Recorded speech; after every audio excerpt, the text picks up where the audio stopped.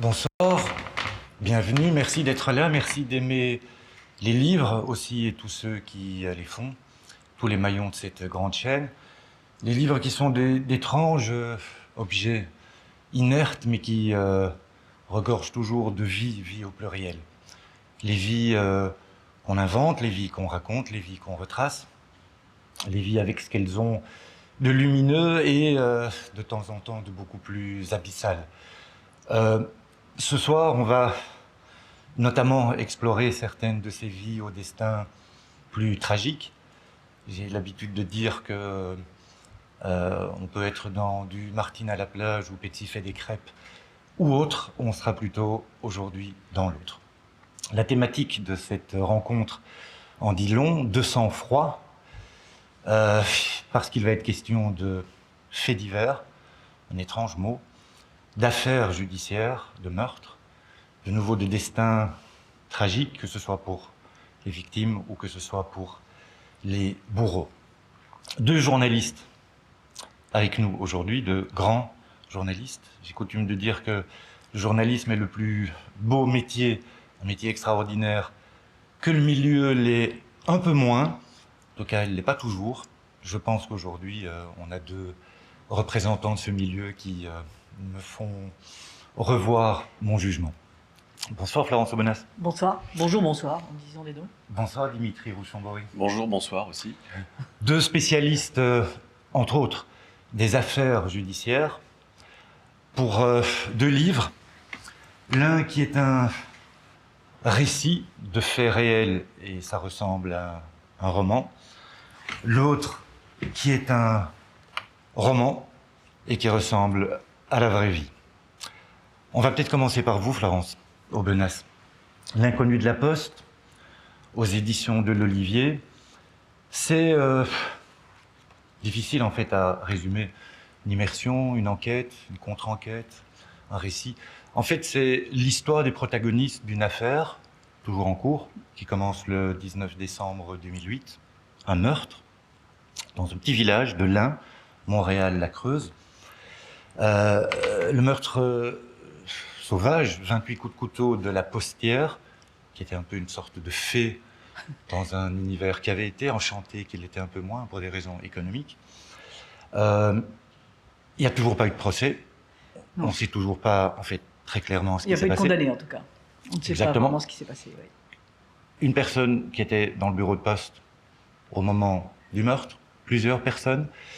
Ce que vous avez fait, vous, c'est, en fait, non pas raconter l'affaire en tant que telle, mais aller rencontrer tous les protagonistes, hors la victime, de cette affaire, pour en fait dire quoi? C'est ce qui m'intéressait, la manière de le raconter. Je me suis longtemps posé la question. C'est-à-dire, c'est effectivement un meurtre, une personne qui est accusée, et dont on se demande est-ce que c'est elle, pas elle. Donc voilà. Et très souvent, les affaires judiciaires, en particulier dans la presse, hein, je suis journaliste, sont racontées quand on les fait au long via, alors au hasard, un magistrat, un policier. En plus, l'univers des séries aujourd'hui, qui a vraiment pris le pas sur ce domaine-là, a accentué ça. Et je me suis dit, il ne faut pas raconter l'histoire avec ces yeux-là. Il faut raconter l'histoire avec les yeux de tous ceux qui y ont participé. Le village, la personne mise en cause, la famille de la victime, d'autres personnes, ceux qui les ont connus. Et donc c'est ça qui m'intéressait, c'était raconter l'histoire non pas avec ce fil judiciaire, mais avec ceux qui l'ont ressenti et pour qui ça a été... Vous savez, une affaire judiciaire dans une vie quelle qu'elle soit, hein, bien évidemment quand on est victime, mais aussi par tous les gens autour, c'est vraiment la dévastation d'une vie souvent. C'est-à-dire votre vie va être éventrée, livrée, racontée, et tout à coup vous assistez à ça, et tout ce que vous avez fait jusqu'à présent peut paraître soudain louche, vous avez bu un verre là, comme c'est bizarre, etc., etc. Et donc c'est ça que je voulais raconter. Je voulais raconter un village, des gens, des personnes prises dans cette folie judiciaire. Alors vous êtes journaliste au Monde, vous êtes entre autres grand reporter. Ça veut dire que cette affaire, vous commencez à la couvrir pour le journal, par hasard ou parce que vous la choisissez? Par hasard, c'est-à-dire que en fait je suis de permanence, comme tous les journalistes, on a des cycles de permanence. Donc c'est le mien. Alors on est en août à Paris, Alors nous, à Paris, c'est un peu comme dans beaucoup de grandes villes, c'est-à-dire il y a beaucoup de touristes, mais pas beaucoup de choses à faire pour un journaliste. Donc c'est vraiment le calme plat. Alors je vous ferai pas les pieds sur le bureau, le ventilateur qui tourne autour. C'est pas si caricatural que ça, mais enfin il y a un petit côté, on joue aux cartes, voilà, par grosse chaleur. Et là-dessus, quelqu'un téléphone en disant voilà, je suis une amie d'une personne mise en cause, un acteur dans le meurtre d'un village, et je pense qu'il est innocent. Et donc, vous prenez la communication, vous prenez vos notes, vous dites, bah, après tout, j'ai le temps.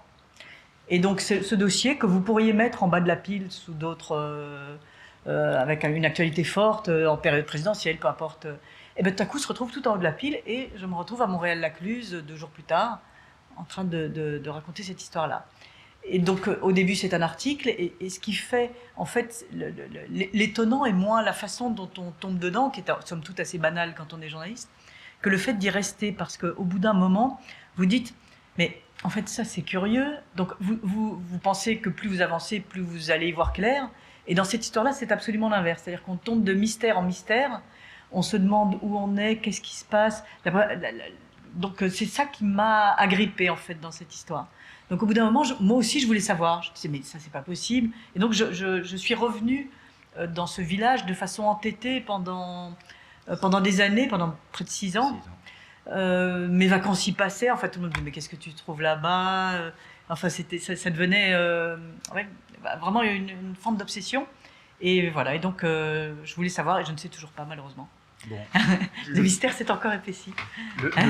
Le personnage que vous avez évoqué, qui a été un moment suspect, acteur, 10 ans à peu près. Hein. Voilà, donc assez longtemps.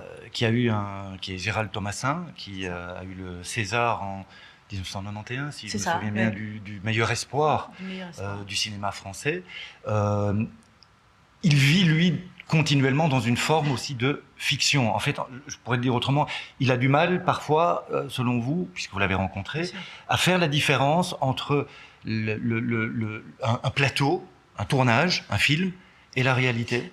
Je crois que c'est pire que ce que vous dites, en fait.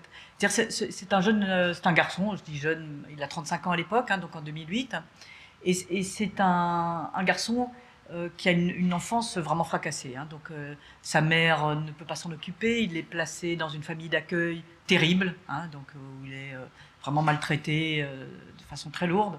Ensuite, dans un foyer, il est finalement...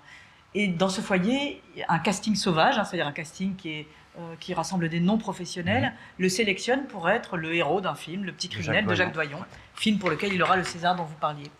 Et donc, il commence à s'installer dans ce rôle-là. Mais voilà un jeune garçon qui passe directement d'un foyer pour jeunes en difficulté au plateau de cinéma. Et une des personnes qui le connaissait à cette époque, qui est la voisine de sa mère, en fait, a cette phrase très jolie et je pense très juste pour le définir. Elle dit « Il n'a jamais connu le monde normal ». Et je crois que c'est vrai. C'est-à-dire qu'il est passé d'une étrangeté à une autre, presque sans transition. Le monde du cinéma est quand même un monde très particulier. Et donc tout à coup, il se retrouve parachuté là-dedans. On lui dit bah voilà, c'est formidable.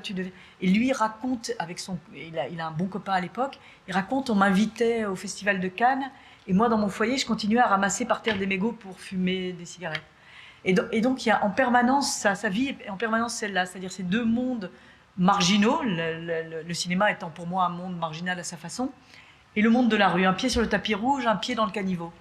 Et sa vie va se passer comme ça, sans jamais finalement se retrouver dans une situation, j'allais dire, classique, de vie classique. Et ça, c'est une chose très importante, c'est-à-dire que dans la façon dont il va être ensuite désigné comme coupable, dans ce village que vous décriviez, qui est un village français, charmant, assez joli, resté assez rural, hein, c'est la Plastic Valley, donc il y a des usines, mais il est resté les vaches dans les prés, les montagnes autour, les sapins, le mode de vie est resté rural.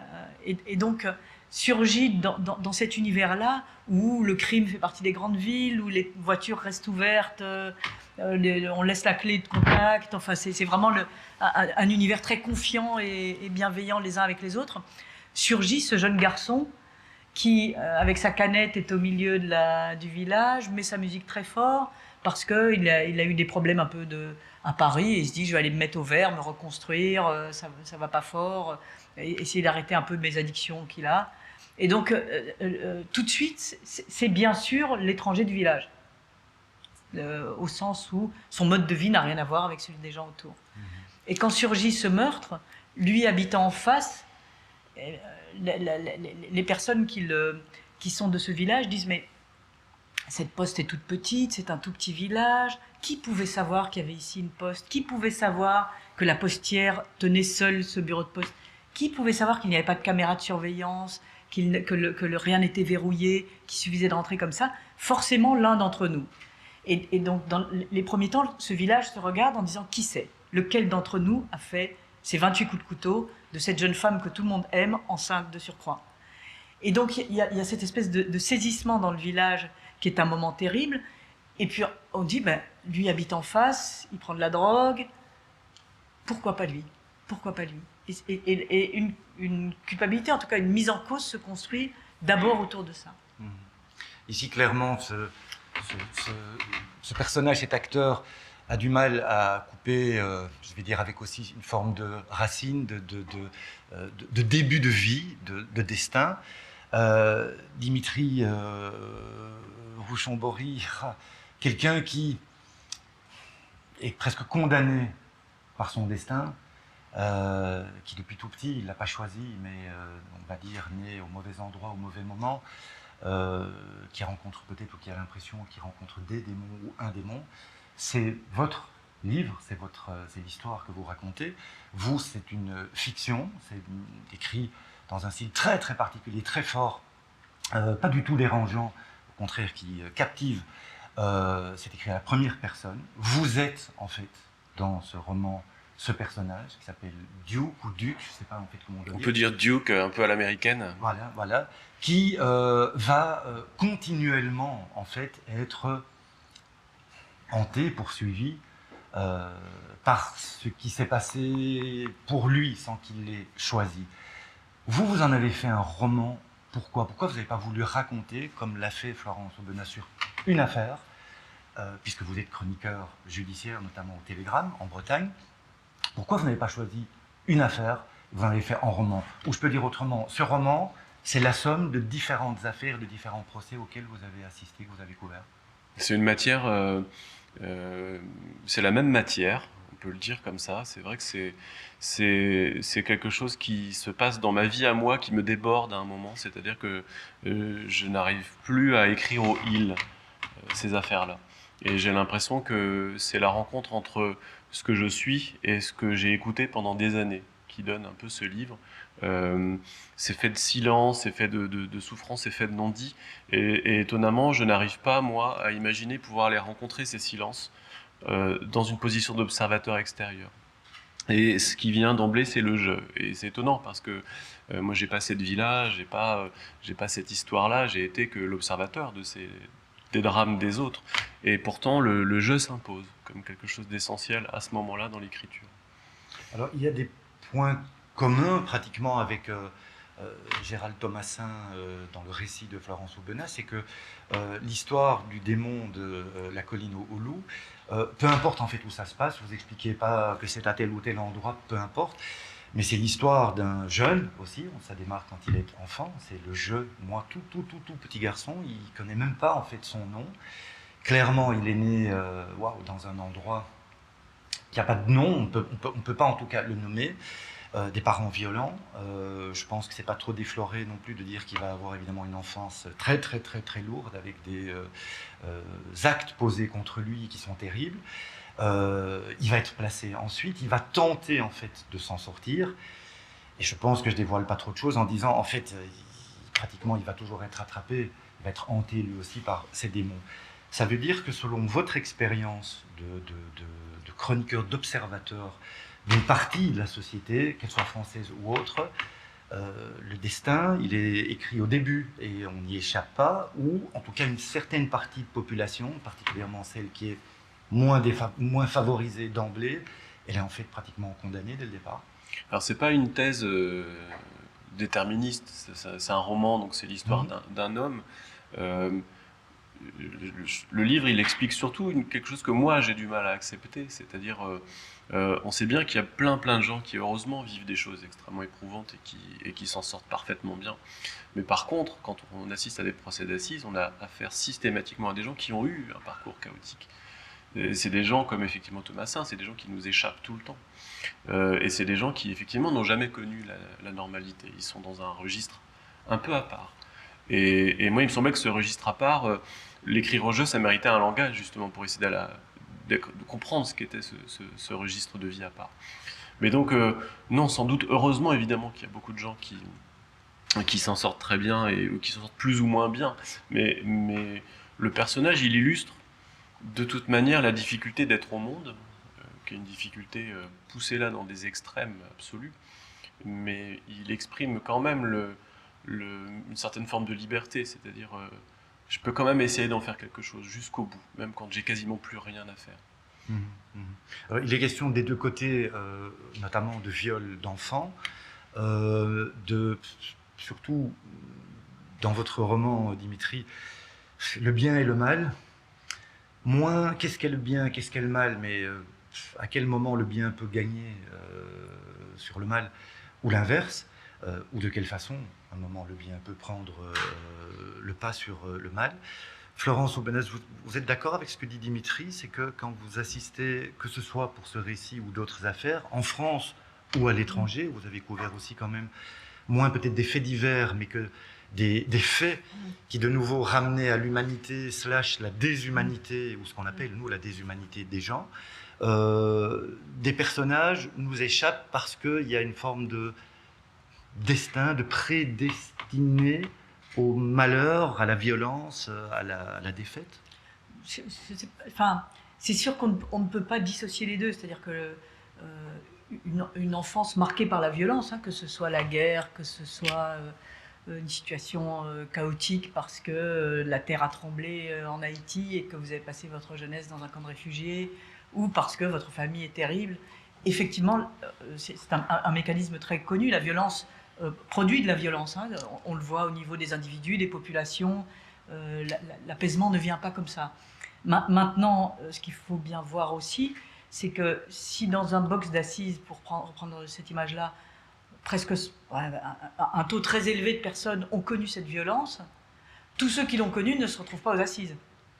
Donc il faut, par exemple, le meilleur ami de Thomasin qui était avec lui à ce foyer, Tintin. qui a une enfance de Thomasin. Tintin, non, Philippe Bonaventure, celui qui l'invite. Donc voilà, okay. Qui est avec lui, qui lui dit va te mettre au vert à Montréal-Lacluse, justement, c'est lui qui l'incite à partir là-bas. Est devenu projectionniste, il est marié, il a des enfants, il a un appartement, tout va bien. Et ils ont à peu près la même enfance. Donc c'est vrai, le frère de Gérald Thomasin, Jérôme, est cuisinier, il habite Pau, il a joué au rugby. Donc les cartes peuvent se rebrasser. Mais ce qui est sûr, c'est que ça n'aide pas. Ça n'aide pas. Vous ressortez intact de ce genre d'immersion comme celle-ci sur 6 ans. Je pense que vous avez pris un moment, un bloc j'ai pris d'un an pour pouvoir vous dire ok, je ne peux ouais. plus être happé par d'autres choses au journal Le Monde. Vous en sortez intact, vous en sortez affaibli, vous en sortez renforcé. Vous en sortez comment, vous? Je ne sais pas. Moi, je n'ose pas vous dire parce que ce sont des histoires tragiques et c'est vrai que moi je suis grand reporter et la plupart des affaires dont je m'occupe ou des pays où je me rends, c'est rarement pour le mariage royal en Angleterre. Donc en général, c'est qu'il y a un problème, ça va mal, c'est la guerre, la violence, etc. Donc j'ai du mal à prononcer ce que je vais vous dire et pourtant c'est vrai, c'est-à-dire que j'en sors grandi en fait, parce que vous vous confrontez bien sûr à une très grande violence, mais aussi à la manière, et moi c'est quelque chose qui me frappe beaucoup, la manière dont les gens y font face, c'est-à-dire qu'à un moment, ils se retrouvent happés dans quelque chose qui les dépasse, quelle que soit cette chose-là, que ce soit une guerre, un meurtre, peu importe, et ils vont se retrouver à essayer de surpasser ça. Dans ce livre, par exemple, il y a un des personnages principaux, je dis personnage, c'est personne qu'il faudrait mieux dire, est le père de cette victime. Oui. Et lui, comment faire? Voilà, ma fille est morte, je pense que c'est cet acteur, et comment je vais faire? Il écrit au mur de sa chambre, il met cette pancarte terrible, Il dit, il appelle ma petite mésange, sa fille, il dit ma petite mésange, je te vengerai, c'est pas beau la vengeance, mais c'est... Le sentiment humain. Voilà, Je pense que- mais c'est ce que je vais faire.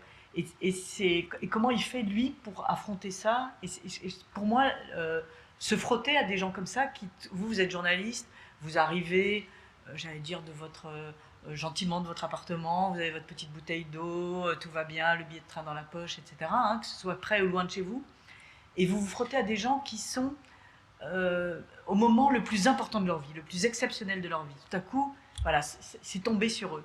Et ça, c'est quelque chose dont, quand on est journaliste, il faut faire très attention, mais dont aussi on ne se lasse pas. C'est-à-dire cette manière de l'être humain d'affronter des choses, moi je trouve ça extraordinaire.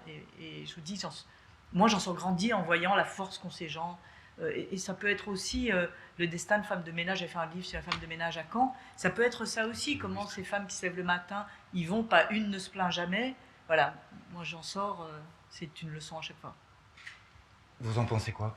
Vous êtes d'accord? Ça vous rend vous aussi plus grand, plus fort? Ou au contraire, justement, je pense avoir lu, vous avez envie de faire ce roman, ou presque besoin, pour quelque part chasser des choses qui vous hantaient, presque il y avait une action purificatrice. Oui, il y avait quelque chose de l'ordre de l'exutoire. Mais c'est vrai on est un peu étrangement grandi parce qu'on se nourrit de quelque chose qui est très vrai, même si on ne sait pas toujours bien définir les contours de cette vérité-là, parce elle nous bouscule, elle nous déroute. Mais moi j'aime beaucoup cette idée effectivement d'arriver sur un moment qui est... on arrive avec beaucoup de pudeur dans ces moments-là dans la vie des gens, parce que quand on assiste à un procès, c'est toute la vie des gens qui est là, qui va se jouer en une semaine, des fois moins, 3 jours. Et en 3 jours, il faut que les gens ils trouvent une réponse à quelque chose qui va les hanter toute leur vie. Et nous, on est les observateurs de ces questions immenses. C'est très compliqué de raconter ces questions-là dans un article, d'essayer d'avoir la bonne posture aussi avec les gens qu'on va rencontrer, qu'on va questionner. Mais c'est un peu le paradoxe de ces métiers-là, c'est-à-dire que on trouve une richesse inouïe parce que on est au bord d'une béance humaine, on est au bord d'une faille, on est dans les blessures des gens. Et en même temps, c'est là qu'on trouve aussi, nous, je pense, un champ d'investigation et d'exploration qui finit par devenir incontournable et très difficile à oublier. Donc il y a ces deux aspects-là.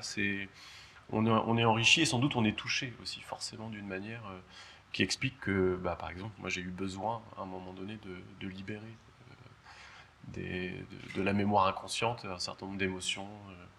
Et ce que je dis souvent, c'est que c'est moins ce que j'ai entendu que ce que j'ai pas entendu qui me hantait et qui finissait par exiger que peut-être moi je trouve une voie pour dire les réponses que j'avais pas entendues.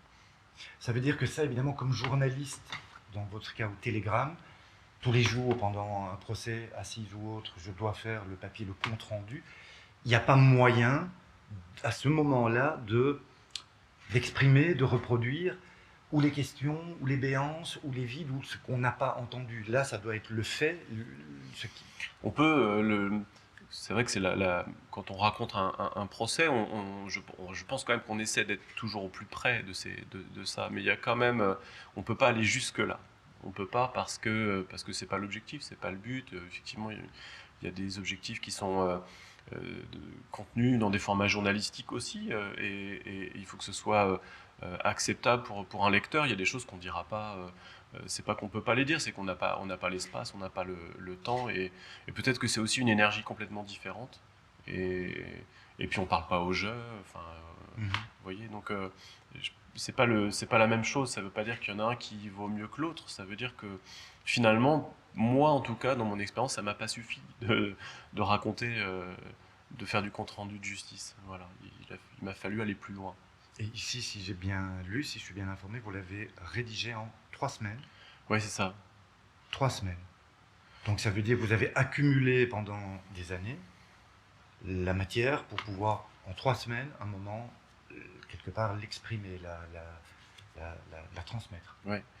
C'est une fulgurance, c'est-à-dire que c'est une expérience étonnante d'être traversé comme ça par un projet d'écriture, mais je pense que ça indique effectivement quelle urgence il y avait aussi pour moi à dire toutes ces choses. Et ça s'explique aussi par la langue du texte, c'est-à-dire qu'à partir du moment où la langue était là, c'était impossible d'arrêter d'écrire, presque. Alors c'est une langue très particulière, en fait c'est surtout outre le jeu, c'est la ponctuation en fait qui n'est pas la ponctuation normale, mais là de nouveau c'est quoi la norme, donc qui peut-être demande un tout petit peu d'accoutumance au début, et puis personnellement je trouve qu'on rentre très bien dedans. Vous avez reçu le prix Première, qui est le prix attribué au premier roman, donc ça est attribué par des lecteurs, des auditeurs notamment de la RTBF, donc ça veut dire que c'est un travail qui est reconnu. En même temps, le lecteur que moi je suis ne peut pas sortir intact, je reprends le même terme que posé à Florence Aubenas, de cette lecture. Est-ce que vous êtes sorti, enfin je vais le dire autrement, vous n'avez pas pu sortir intact, même si c'était une fulgurance de ces 3 semaines d'écriture, vous en sortez comment en fait? Une fois que c'est fini, vous êtes cassé. Oui et non, en fait, j'ai mis du temps à... Et je pense que j'ai pas encore complètement fait le tour de ce qui m'est arrivé après l'écriture du livre, c'est-à-dire qu'il y a eu, dans un premier temps, une espèce d'état de fusion avec le personnage, qui a été très long, et donc c'est le processus éditorial qui fait que petit à petit, moi j'ai pris un peu de distance avec mon personnage et avec l'objet livre, et où j'ai petit à petit aussi pris conscience de ce que j'avais sans doute essayé de faire, parce que voilà, c'était vraiment très très fusionnel. Je pense que ça laisse des cicatrices, effectivement, d'expulser un livre de cette manière-là, un livre comme celui-là, mais j'en sors apaisé, vraiment, parce que c'est une belle histoire qui commence avec le livre aussi, pour les rencontres qu'il provoque, pour tout ce qui se passe, pour les rencontres avec les lecteurs, et puis parce que je pense que j'ai dit quelque chose sans doute que j'aurais pas pu dire de toute manière et qu'il fallait que je dise. Donc il y a quelque chose de l'ordre de la nécessité, et c'était fabuleux de rencontrer cette nécessité-là, cette puissance de l'écriture. Ça, c'est vraiment quelque chose qui transforme, et quand on est dans la transformation, on est dans le mouvement, donc tout va bien. Pour l'un comme pour l'autre, est-ce que et restons sur ces 2 livres-là, est-ce que ça veut dire que la société, pardon de nouveau pour ce mot, va pas bien? Dans votre roman, clairement, à un moment, on peut se poser des questions sur certains fonctionnements ou dysfonctionnements, que ce soit la justice, que ce soit de pouvoir identifier ou repérer qu'il y a une situation qui ne va pas du tout, que ce soit la façon dont on traite les gens. Vous le mentionnez par pointillé aussi, parfois sans prendre parti, et je répète, sans vous substituer à la justice, mais qu'on peut, même si elle a tenté tout, on a mis tous les gros moyens pendant des années, et en fait on a quand même pas loupé, mais plein de pistes, ou plusieurs pistes sont révélées finalement des impasses. Est-ce que ce soit au niveau de la justice, je refais un petit tour en arrière, même des destins a priori fabuleux, comme celui de la victime, comme son papa, vous expliquez en ayant rencontré plein de ces gens qu'en fait il y a des fêlures incroyables partout, pour tout le monde, et que même celles qu'on pense être des phares, ben, en fait quand même plusieurs tentatives de suicide aussi, donc qui montrent qu'il y a des choses. Est-ce que ça veut dire clairement que vous, pas dénoncez, mais vous pointez que cette société ça va pas en fait? Je pense que c'est vrai, enfin, je veux dire, si je ne vais pas vous dire que tout va bien, en particulier en ce moment où on est effectivement à cette foire du livre de Bruxelles, qui est un endroit formidable et où on est 3 dans une salle vide, donc je peux difficilement fêter ce qui est en train de se passer, que ce soit maintenant ou auparavant. Mais cela dit, c'est pour moi la force d'écrire des livres, travailler dans un journal, c'est une force et une grande chance, c'est-à-dire que nous, on est à ces postes d'observation-là, où on a la possibilité de voir comment ça marche, de pousser à bout le système judiciaire, policier, peu importe lequel, hein, l'école. Dans votre livre, vous évoquez un peu l'école, comment finalement un gamin se retrouve sur les bancs sans apprendre à lire à certains moments, enfin, comment on a du mal à attraper certaines choses.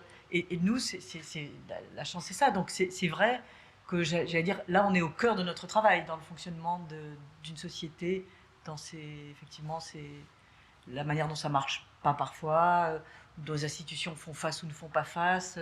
Et ça, c'est passionnant. Enfin, dans un travail de journaliste, c'est extraordinaire.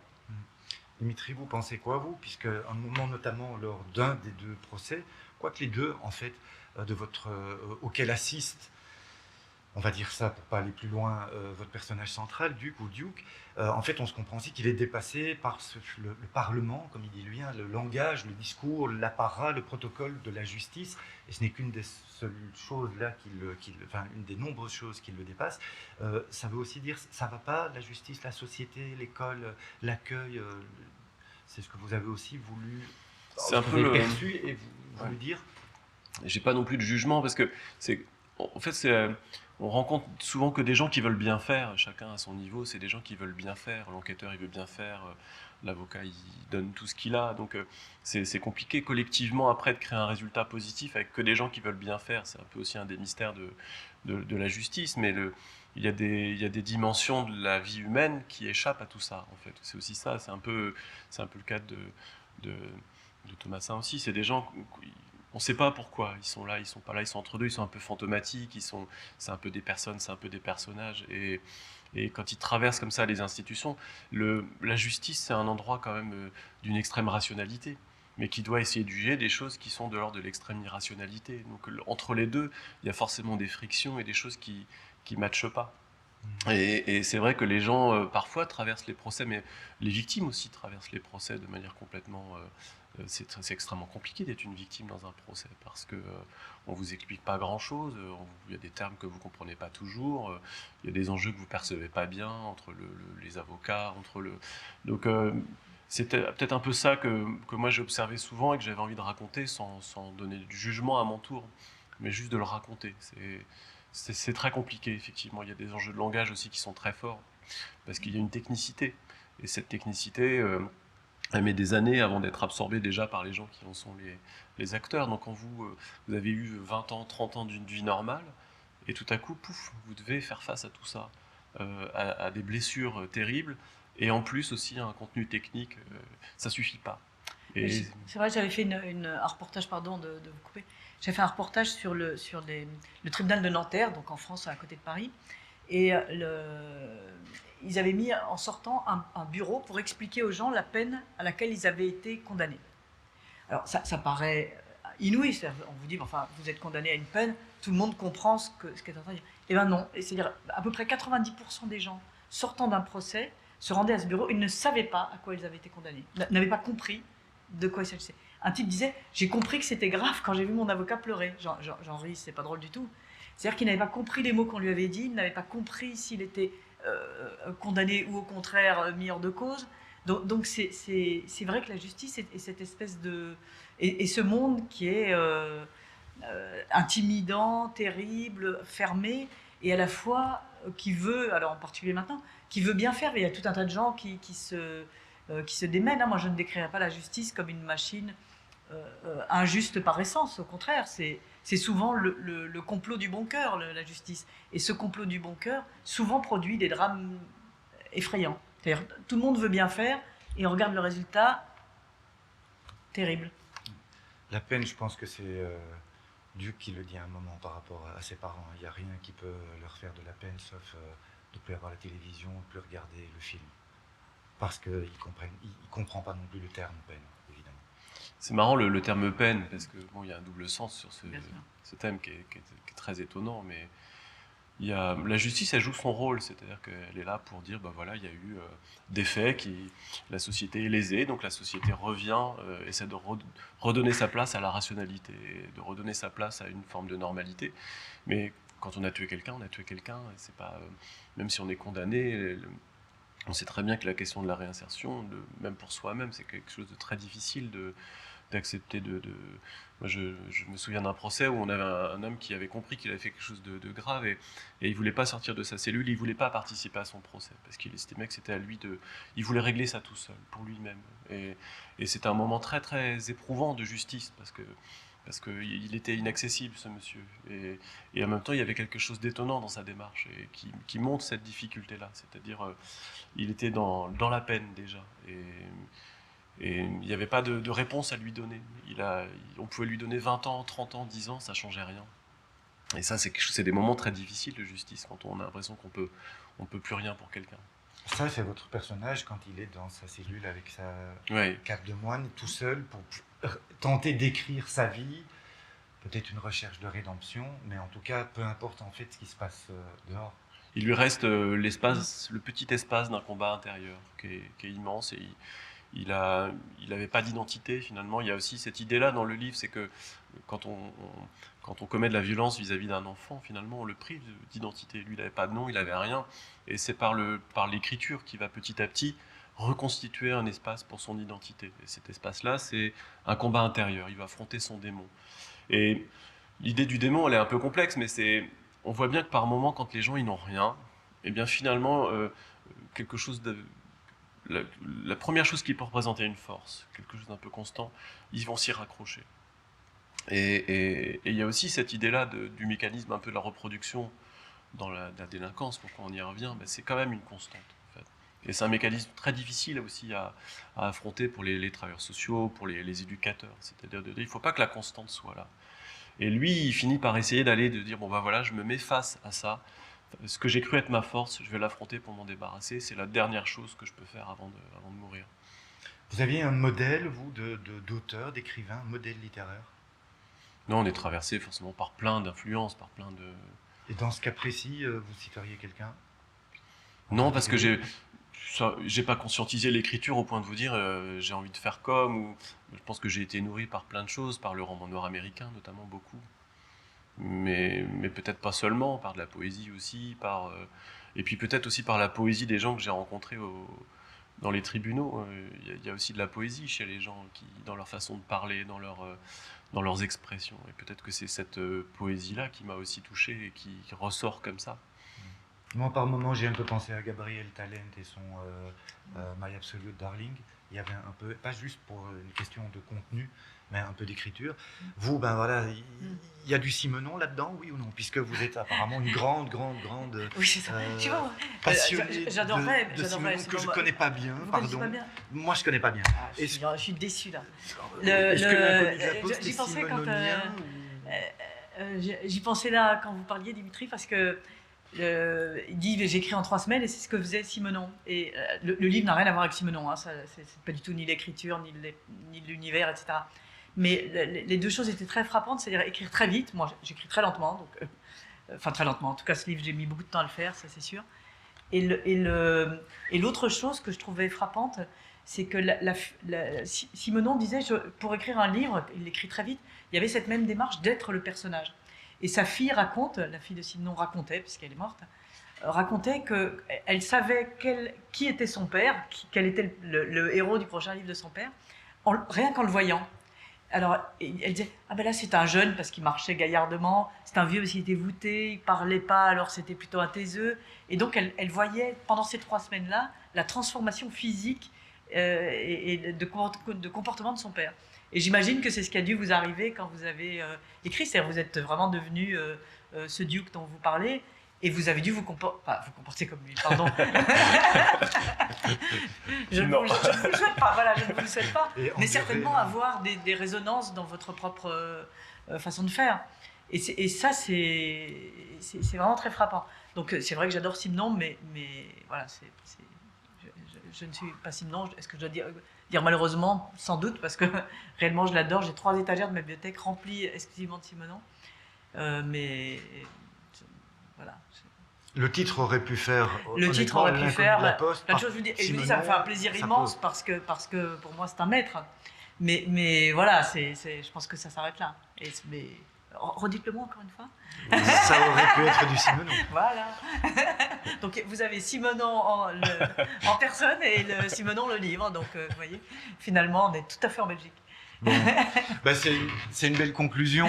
Je vous dirais juste, vous devez lire ces deux livres, vous devez les lire. Difficile à dire aussi parce que je répète, on n'en sort pas comme en se disant quelle belle histoire et comme je vais aimer davantage mon prochain et comme je me sens fort par rapport aux délices de la vie.